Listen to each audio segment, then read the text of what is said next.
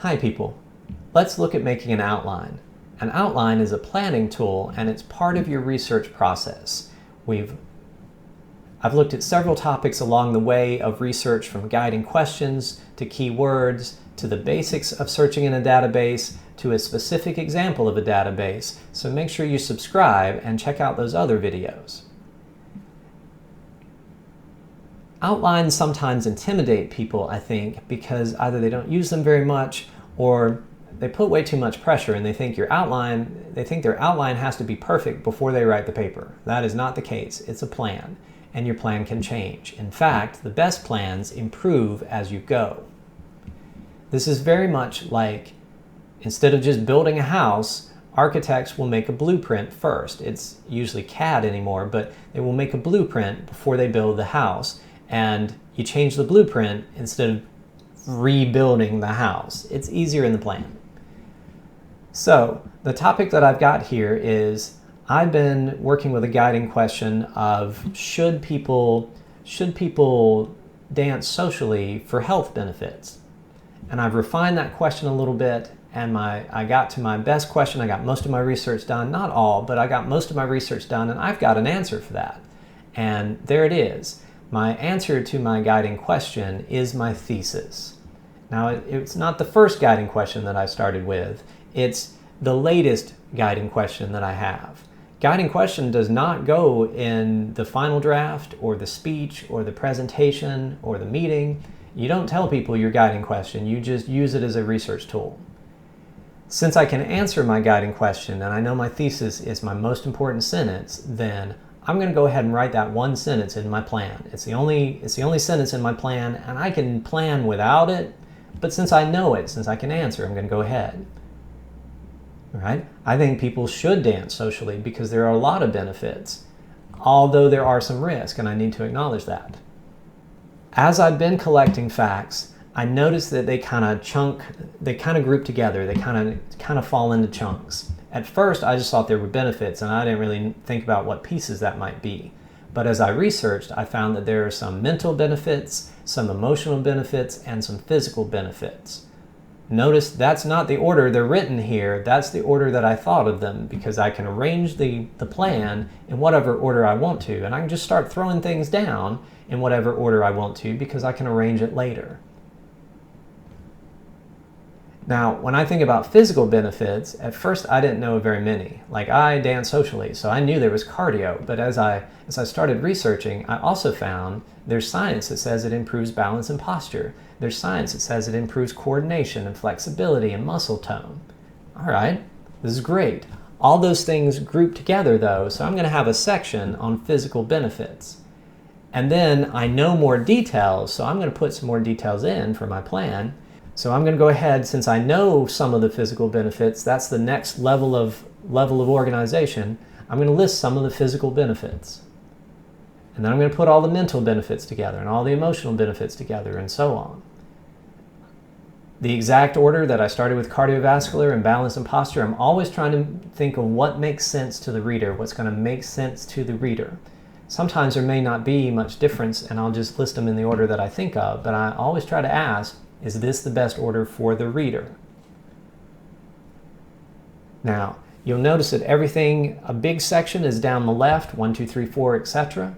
And then the next smallest piece is the big A and big B, A, B, C, D, however many, and they're in the same place, they're parallel. That's because I'm trying to represent visually what I'm going to do logically in my paper. And handy bonus is everywhere I've got a number or letter here, I'm going to need a transitional phrase or word or sentence in my paper. For example, one type of benefits for social dance are the physical benefits. When I'm done explaining physical benefits, I'm ready for the first one. One way that social dance benefits people physically is cardiovascular health. Now I can break that down a little more, and I did for my objections, because those are a little harder for me. Like, since I have a recommendation for social dance, it's harder for me. I've got some emotion here. I like social dancing. It's harder for me to acknowledge the downside. And there is a downside. One of the downsides is there's a risk of falling. And that your goal here is to say yes, but. I've looked at this and there is a higher risk of falling, yes. But we also, with social dance, we reduce the chance of getting hurt because it maintains muscle and bone density. We also reduce the likelihood of falling because we've improved balance and coordination. I think that's a pretty good way to acknowledge an objection and then overcome it. It is true that there is a risk of falling, but here are some things that counteract that. There are also some risk in competition, but they can be managed with good coaching and good attitude. And I'm not recommending that people go compete. I'm just recommending that people participate, which avoids most of those extremes. Because if you're participating, you're probably not practicing enough hours in a day to really have a risk of repetitive joint injuries. There's some stuff you need to know about social dance before we get into this, and really I need to start with that. There's some concepts and ideas that the person researching you or I understand because we've researched it, that our audience may not understand. And the big thing I think with ballroom dance is we got to cover what it isn't. Like a lot of people think social dance has to be something sleazy because sometimes it happens in nightclubs. Or they think it has to be something highbrow society because that's the other place they might see people dancing. But it really doesn't have to be any of that. It's just partner dance and an agreed upon set of steps. So I think before I really get into the details and the facts of all the pieces that I'm looking at, I think I better start with kind of some background information. Here's what it would be helpful to know. And the tone to take there is, you may know this, but just in case, or it would be helpful to review. The other thing that is going to save you so much time as you write your rough draft are those little parentheses.